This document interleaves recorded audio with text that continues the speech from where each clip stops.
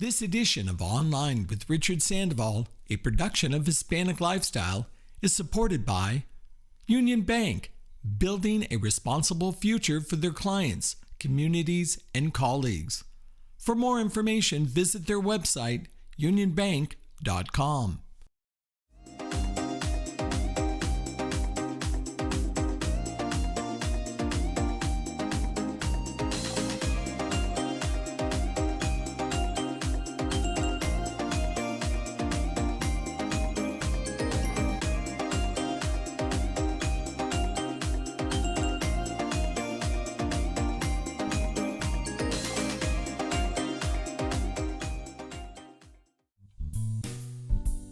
So what are you doing? Are you just hanging out at home today? And today is one of the rare days I get to be at home. I don't get to be at home much anymore. And I just did a whole.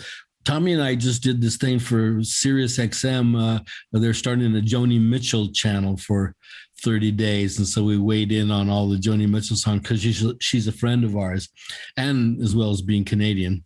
And so we've known her for a long time. So wow. We weighed in. And so you're a Joni Mitchell fan, but you're also a musician too. Yeah. I mean, I know we're going to go all over the place on this, but you're a musician. You actually play. Yeah. I've played guitar since I was 11, and still play every day. Right now, I just took a bunch of guitars into McCabe's to have them tuned. One was a little buzzy, but I've been playing ukulele now lately. This is a really good instrument, ukulele. Why do people end up with the ukulele? I mean, that's it has 4 strings. It's a really good, it's a very simple instrument to play. It's not like a big bulky guitar where little kids can't play it, but it's the best instrument for singing, to sing along. You can learn a zillion songs and away you go. And that's basically what I was. I was always a singer since I was 5. I made my first record at 5. Who were some of the artists, performers, songwriters that you listened to that really inspired you to continue to play? Everybody that sings. I sang little Mexican songs, because I could sing in tune at an early age. I was almost 5. I could sing squeaky little voice, but in tune, So my mother had this friend Abel, and he had this little record company. He used to record neighborhood people, and issue records. It was acetates, and so he had me sing songs into like a big RCA Victor kind of megaphone there. And he used to sing songs and distribute them in the neighborhood. So I became famous in the neighborhood. Get out of here. I know that you're a collector. We're going to talk about that later, but do you have those acetates? No. I didn't know what was going on. I just sang. Oh, how funny. You think about all the stuff that you have kept over the years and the stuff that you throw away. I mean, you got to throw away something. So. I didn't know the difference between keeping and throwing away at that point, but I soon learned. I was a collector of something all my life. I mean, from marbles, baseball cards, matchbook covers, whatever. I collected them, and because I had a passion for like organization and to get the whole set and all that.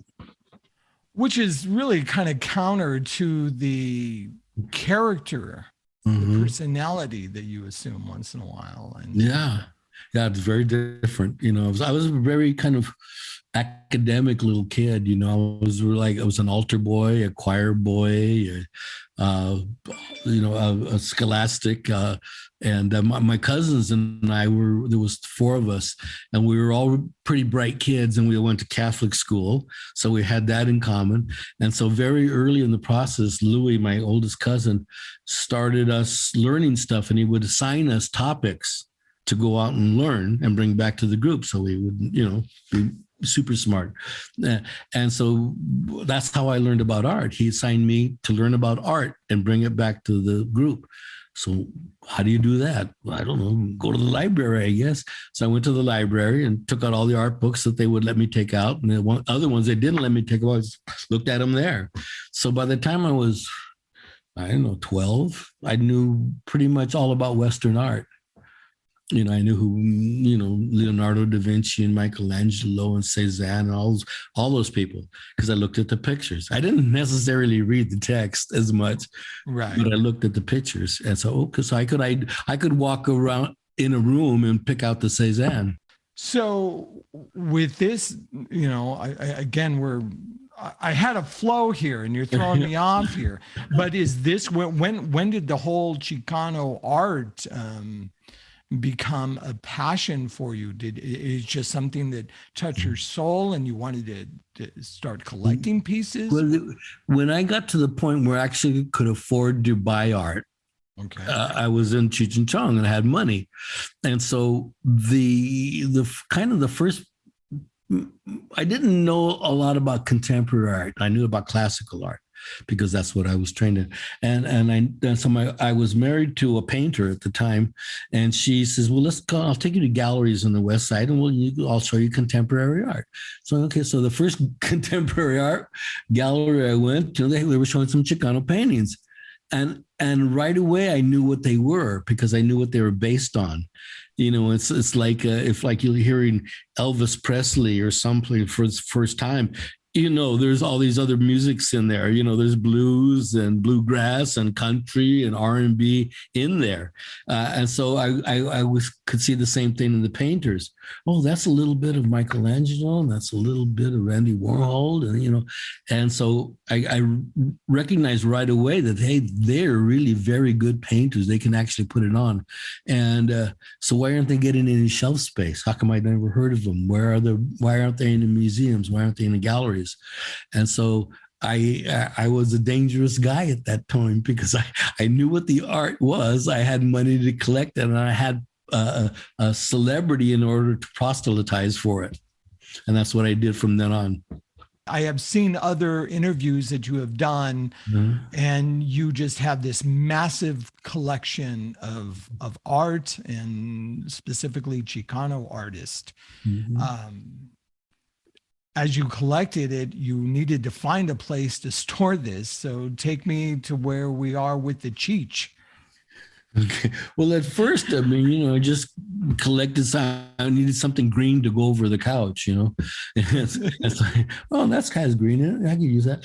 And so then I started collecting them. But then my mania, and it is an addiction collecting, no matter what you collect. If you collect stamps or, it's an addiction. And so I started collecting Chicano art because I had the money to do it.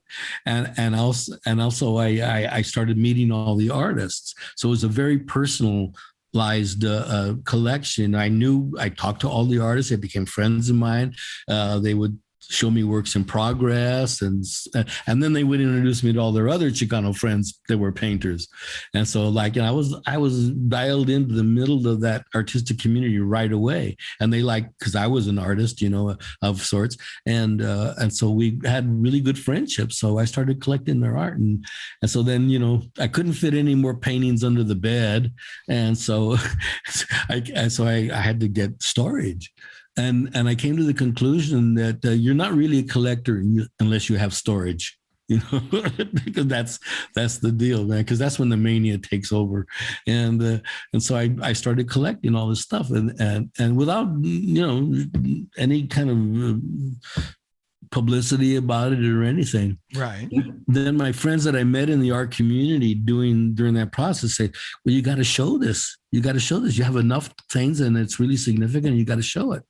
Well, how do you do that? Well, I don't know. I can go get hooked up with a museum. Well, how do you do that? And so I started slowly being integrated into that process of meeting people in art galleries, meeting people in museums, and started to do. So when I came up with the idea, I had a large collection at this point. And well, how do we do that? So, well, you can do this, but you have to have sponsorship in order to move the paintings from one museum to another. It costs a lot of money to do that. Oh, yeah. Yeah. I don't mean to interrupt you, but No, now I'm going through the history. Didn't you do something great? Oh, God, it was probably one of the best packages I ever received. Wasn't it with Target or something? Target stores. Oh, my goodness. They sent out a beautiful, I probably still have it around here Yeah, someplace, a beautiful packet, PR packet, right? yeah, Press red packet. velvet. That's where I was looking. Oh, that was beautiful. It was, because well, how do you get a sponsor? Well, you go out to these corporations and you ask them. So I did my little dog and pony show for General Mills, General Motors, anything with a general in it, man. I was in their boardroom, doing my little illustrations, and this is it. And so they all kind of nodded, and at one point the Army almost sponsored the show because they were the number one hirer of Chicanos in the country, the Made Army. sense. Made It sense. made sense. And so it was also all these corporations they wanted was to connect to an audience. What is the coolest way or fastest way or most efficient way to do that? Target stores finally went to them and they were very hip company and they wanted to reach that audience in a very hip way. And so they saw what I was trying to do, and I was trying to launch this big art show, and I had some museums lined up. And then they said, okay, well, we'll spot, and Hewlett Packard at the same time. They provided the seed money to produce the first show, and it was both a painting show and an interactive a show, a 5,000 square foot interactive show of how Mexicans entered the country and then entered the workforce and then into the intellectual thing and painting and arts. And so it went on at the same time, but it cost a lot of money to do this. Right. And so I made a commitment at the beginning that I would only play major museums, because I was not going to compete or preach to the converted at that point. I wanted to introduce this art form to the mainstream. That was my, so that costs even more money and comes with even more problems because museums are highly political institutions, and nobody wants to put their head on the block saying this is good and I support it and this is what you should. Nobody wanted to do that, especially museum directors, But I had this company putting a lot of money behind it, so they finally put their head. The first guy put his head on the block and he didn't get it chopped off, And then other ones, climbed aboard. At the end of the process, we toured the first show, Chicano Visions, for 7 years. 14 major museums: the Smithsonian, LACMA, the De Young. I remember all this. Yeah. I mean, it was a high level. I'm looking for the word, high level production. I mean, it wasn't, let's just throw these paintings in the back of a van and show up for Yeah. it was a gigantic event. Yes. It was a gigantic thing, man. And the funny thing is, because the home of Chicano art really is Los Angeles. That's where it first started. And all these artists gathered together and identified themselves as Chicanos. And they had this a particular, an individual story to tell. From the time I started raising money for this and actually getting on the road to the time that LACMA, Los Angeles County Museum of Art, joined up, that was 10 years. That period was just 10 years. And we were only halfway through. We started in 2002, something like that, the first show. But from the start of, hey, wouldn't it be a good idea to actually being on the road, that was 10 years till it started. So you have to be dogged in your determination to do that, but some things I'm sure that you assumed, like we all do, there would be a slam dunk. Hey, this is a great idea. Why aren't you jumping on board? Why is this difficult? The idea was a slam dunk. The implementation of it was like, okay, don't whip me anymore, please, or whip me on the front because they've been whipping me on the back. It was like, it's very hard, because they're highly political institutions, and they don't go. They proceed at a glacial pace, let's say, man, because it's the final imprimatur of acceptance by the community, by the art intellectual and or community, and for the art community, and they don't do it lightly, you know. So, but have these anti-establishment basically at the beginning, Chicano artists, and they didn't want the museums didn't want to get picketed by other Chicanos, which is what always happened at the beginning, not of our show, but anytime they were showing Chicano shows before that. You know, because the one group that didn't get included in the show picketed the other group, you know. And so you didn't have enough women, or you didn't have enough barbed wire in your paintings or something, you know. And so it was tough, man, you know. So I was the one guy I was destined to be anointed in this, because I was the only guy that everybody didn't hate at the same time. Well, that's a hell of a thing to put on your business card. Yeah. So you go from on that, the tour, getting some acceptance, some recognition, to having a museum. Yeah. And that next part, after we did the Chicano Visions tour, and that which took 7 years. And that's a long time, you know, for major museums. And then I said, well, where do I go from here? So what I wanted to do, and I found that there was a need for, is to play smaller museums, because then, number one, they didn't have such a long lead time to get the show accepted into the museum. Usually big museums, it's 5-7 years, you know, before when they put you on the schedule to actually when you put the paintings on the wall. So I said, how can I subdivide this collection into smaller units that can play smaller museums, and we can get it accepted quicker, and we can get a lot of. So what I did is I had little categories of works on paper, works on by women, works about religion, works about this, you know, and they were all separate categories, and I could send those small paintings. I send those out, you know, and at the end of the whole deal, we had played over 50 museums. Wow. With this collection, which is throughout the United States. Throughout the United States, yeah, wow. Which is unheard of, because the museums don't want to show private collections. And I understand why, because their thinking is, hey, you're going to have this big collection, you want to show it in a museum to raise the value of it, and they're going to sell it, and you're using us for a sales agent. And that was never my intention. I've never sold a painting. I just collected them. And so when you establish that after a long time, right? You know, reputation, you earn a reputation in the industry. Okay. Exactly. And so, 50 museums, that's really, I don't know if there's anybody who's done that. Any major collector that, you know, put 50 museums with their collection. There's most collectors, they donate some paintings to an established show, but this was a doper comedian, and that was a big deal when I first started, man. You know, because I had to go. I opened the show, the very first show, Chicano Visions, in San Antonio, which was the other center of Chicano art, you know, outside Los Angeles, San Francisco, and there was a lot of opposition to not Chicano art, but to me being this, because their point of view was, especially among the academics who had PhDs in Chicano art and unpaid student loans, you know, that who is this guy, this doper comedian, this lowrider, to come in and say what's up with Chicano art. So there was a real, and they wanted Chicano art to be just one thing. And so when we were in San Antonio, once they started opening the crates, that it all changed. Oh, okay. Right there. Stereotypes. Oh, yeah. I mean,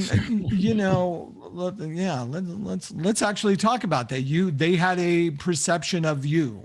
Sure. And there's the whole Chicano thing. Yeah. I guess I'm looking for a little wisdom, if you will. Mm-hmm. The character that you play in many of your movies and comedy mm-hmm. albums versus the real you, mm-hmm. The businessman, the entrepreneur. How do you? I know that you've experienced that. Can you tell me a story of when you're talking to somebody at one of those companies that start with the G and mm-hmm. they realize, oh, Well, this isn't the guy I saw on TV.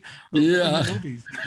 Well, it started earlier, actually, when I was making my first single movie without Chong, Born in East LA. And before that, all they knew is that we had those records, which we were all those characters, and then the movies, which were the same characters. And so what I wanted to do was get some kind of momentum going when I was making this movie so that it would be accepted in the mainstream. It's like I was in the same position as Cher. How do you become anything other than Sonny and Cher when you've been Sonny and when you're Cher, you know? Right. And so I started, well, at first I made my own movie, and so I go, well, how do I do it? How get this momentum going? So there was the big critic for the LA Times. I can't remember his name right now. But I says, hey, and I had met him before. I says, hey, I'm working on this movie and I got a rough cut here, and I'd like you to come and see it. And I talked to his people and like to come and just give me your input and see if I got something here. So I showed him the movie, and so he sat down to ask me some questions after he asked me this question, and I gave this long, involved, convoluted answer. Well thought out, this, that, and the other thing. And this guy looked at me and kept looking at me like, what? Do I have something on me? Did I spit on my stuff or what? He says, you don't speak with an accent. And it just flabbergasted me. If this guy thinks I'm that character, then what does everybody else think? You know, and he thought that I was that guy. And so it was cool. Hey, well, yeah, I'm acting, you know, and that kind of, and so that kind of broke that barrier. So I faced the same thing in the art world. And the thing that changed it, not only the art spoke for itself, which it did speak for itself, is that I started giving lectures at the museums, explaining this school, explaining this art, and I was a public speaker very early in school. I won a lot of oratorical contests, entered them by the Optimist Club because they were the sponsors of our Boy Scout troop, and I started winning these oratorical contests. When I was well spoken, you know, and I was very well read, and so they would always give me that same look. Not only you don't speak with an accent, you say smart shit, you know. How would you know smart shit if you heard it? You know, so that all of a sudden I gained this reputation started, and then it kept going on, and you know, you go speak at the Smithsonian, you better have your shit together. Oh yeah. You know, so it was like that. It was really cool. Yeah, again, another connection between your life and my life. Yeah. You made a movie, Born in East LA. And you were born. I was born in East LA. We're both part. East. Well, yeah, I would know. It was General Hospital right there. In East LA, I think you were either born at either General or White Memorials. Yeah, I was born in South Hoover Hospital. It's now a robo-wash. Does it have a little plaque, though? That's what Not yet. Maybe I'll donate that to him. The Cheech, we're on schedule. We are on schedule June 18th now. After we were supposed to be May 18th, but we had a air conditioning unit problem that we had to replace the base that the air conditioning unit on top of the building sat.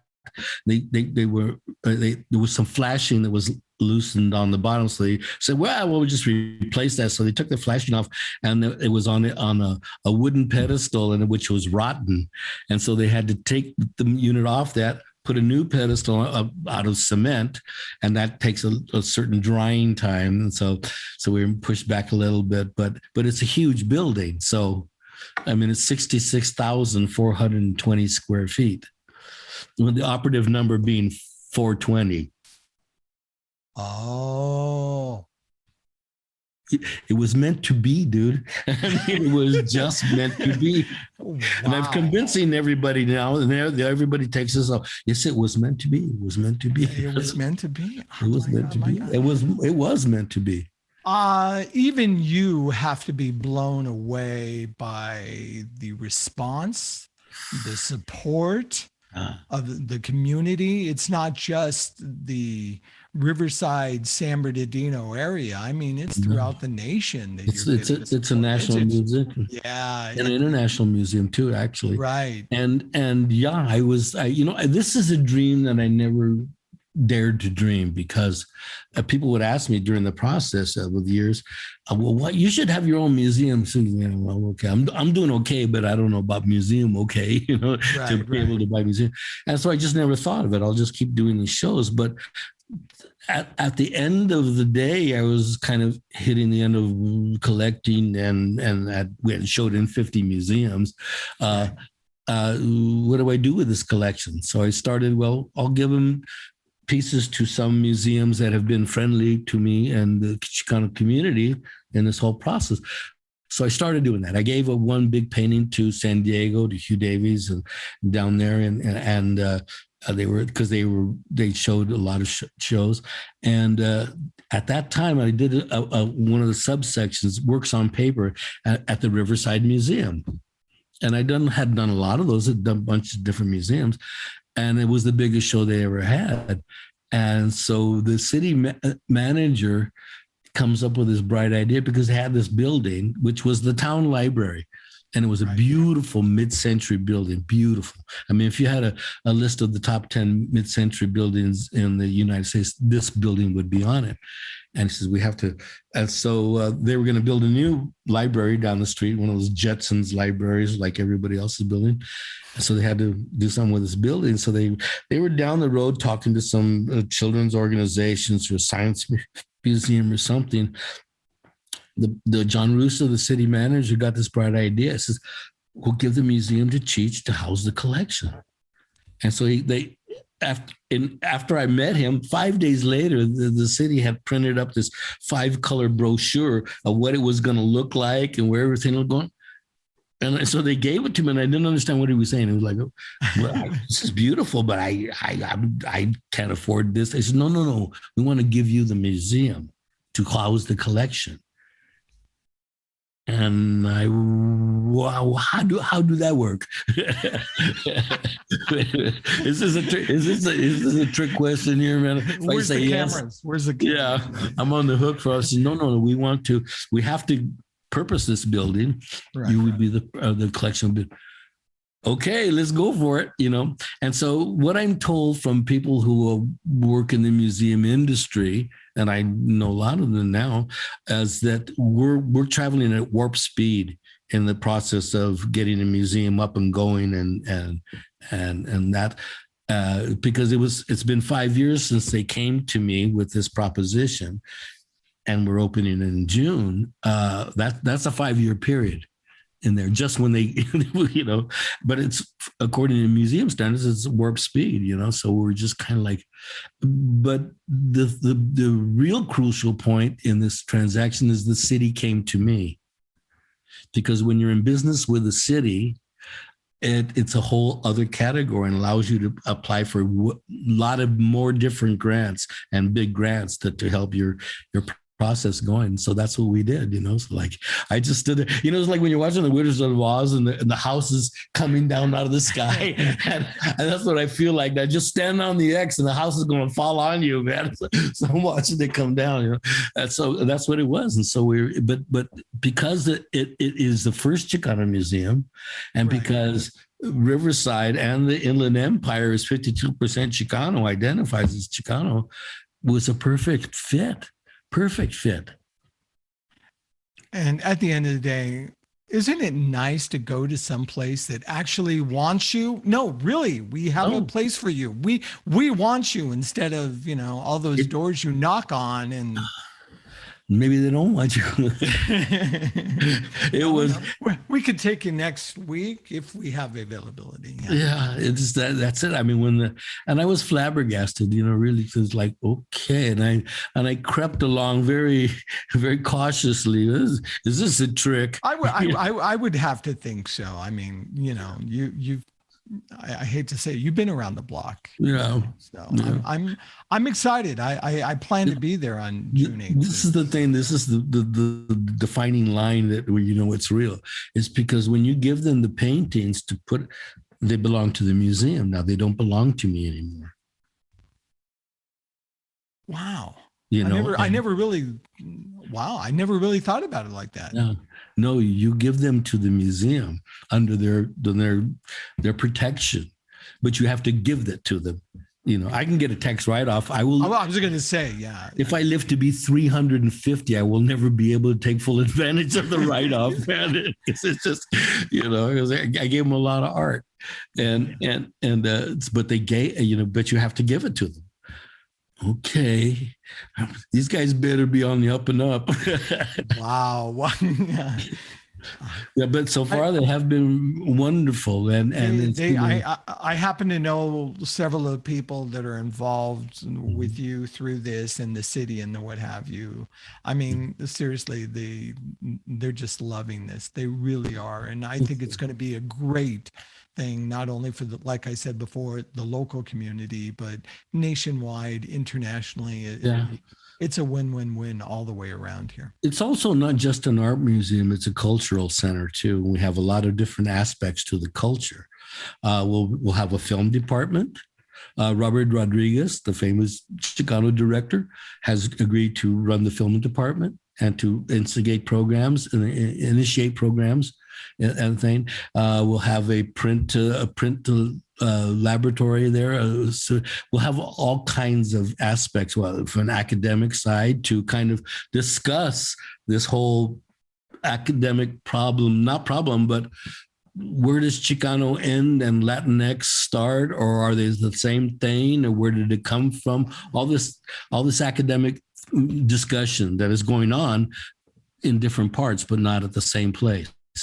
Are you working on preservation, you know, like Scorsese is doing with the American film? I mean, at the end of the day, there's, you know, somebody needs to document what's all things Chicano, dude. Yeah. Okay. You know, interesting. I mean, Robert Rodriguez is one of the most important directors that America has to offer, or the world has to offer. You know, honestly, it's probably one of my favorite interviews that I've ever done is with Robert Rodriguez. Great. Been a friend of mine since forever. I met him when he first came to town. He was just out of college. Anybody that goes through a drug trial as a guinea pig to fund a film, he's all right by me. Hey, I swear to you, I could do this. I'm loving this, but I want to talk about stoner food. Oh, stoner food. It's the only kind of food there is, really. Is this a joke that somebody's playing on me that went through so much detail from dope dumplings, machillos? Let me see if I'm saying that correctly. And then what blows me away with your menu here is it's high-end stuff. Yeah. The only big question I have about this is what's a ghost kitchen? So tie it all. I'm giving you a lot to unpack. Stoner food, ghost kitchens. Yeah. No, it's these guys came to me, and this is their business. They do delivery and they're very expert at it. And now, especially with the pandemic, played right into this because you couldn't go to a restaurant, you barely could make it into a grocery store, and so the delivery aspect of it the delivery aspect of the food industry has increased 8,000% during the pandemic. 8,000%. Yeah. Oh yeah. And so they says, perfect. Our angle is we're open till 3:00. We'll deliver till 3:00 in the morning. And you're being a stoner or being an artist or being an accountant or whatever. It's just the angle they put it. But it's a place to get really good food at like 2:30 in the morning, man. I would really like those dumplings that I can only get it watching, or whatever that thing is. So, but we're working on a whole Asian noodle section right now that we're going to introduce in this thing because I love Asian noodles, and so we're just about to launch it, and we'll see. I'm sure I'll find some pictures of this, but let me be clear. The titles of some of the items on the menu: roll 1, buffalo chicken with blue cheese egg roll, and smoked cheddar with Southwest Ranch. Isn't that nice? Far out, far east, red pepper and tomato curry, naan bread, pizza with herb and salted pulled chicken, goat cheese, and garlic. Oh man, huh? But you can get it at 3:00 in the morning when you just need it. I mean, come on. I thought it was going to be hot dogs and nachos. A weenie that you heat up yourself. Exactly. Franks and beans. Oh no, this is these guys. That's what their angle was. You know, you can get good food early in the morning. I just, hey, that's for me. You know, I'm really. So I hope this is. I can order this stuff now, is what you're saying. Yeah. I'm thinking like next week we officially open up, but all over. It's not just in LA. I was going to say, when you say all over, are you talking about? I could get this in Miami. I can get this. You will be able to get this in Miami very quickly. Ghost kitchens are set up. Basically, there's not a restaurant around them. It's just just a kitchen. Right. That can prepare all this stuff. They have all the ingredients there. You know, they don't have to seat people. They don't have to, have couches or tables or anything. They just have to prepare the food. So you prepare them near to where you want to deliver them. They can cook anything you want. No way. I mean, this is taking the whole food truck concept to a whole new level. Yeah. Convenience is the convenience. Thank you. You know, man, I mean, trucks are great. I'm going to lose all my supporters of restaurant, but I could tell you right now, we just got back from Hawaii, and the eating experience, I want to support these local restaurants, but I don't know. I mean, the heat and serve concept, number one, and then you maximize the fact that, I used to pay $2.50 for an enchilada and rice and beans, and now I'm like $20 for. That's what the beauty of this thing, and it'll all depend upon if people can get it in a timely manner. It's still hot when it gets there, right? And it tastes great, and you can get it at 3:00 in the morning. All right. Even if you're waking up and I need something to, before I go to work, and I definitely know I'm trying it. You'll love it because I know I've tasted the food and it's really good. I used to cook in hotels. I'm in Canada, in hotels and those kind of restaurants. So I know kind of the kitchen deal. I'm sensing a theme here. Honestly, how involved are you in the day-to-day operation of being Cheech? Yeah. I mean, is there a whole team behind you, or are you literally calling up museum directors, food preparers, website people? At this point, they come to me with propositions. Museum things, I didn't, when it was that started, I didn't know how I know how to go into a museum. That's about it. Right. But people that whose business it was, I connected with to do these big kind of shows. Because Target stores poured millions of dollars. I was into this. Yeah. Because it worked out for them. They hit the audience they wanted to hit in a very hip manner. So everybody, I love Target stores. They have great stuff, really hip stuff, or reasonable, and they're everywhere. So, and so they came to me, but they came.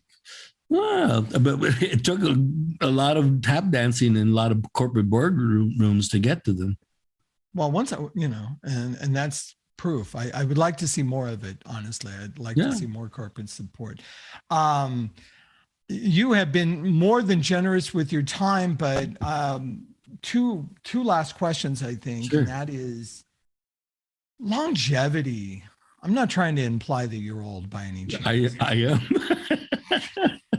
But my goodness, what a life you are living. I mean, I off camera, I told you what an impact you have had, as a fan watching and appreciating your work on me, but to yourself, I mean, could you have imagined, did you lay out a career path that would take you to where having a museum with your freaking name on it?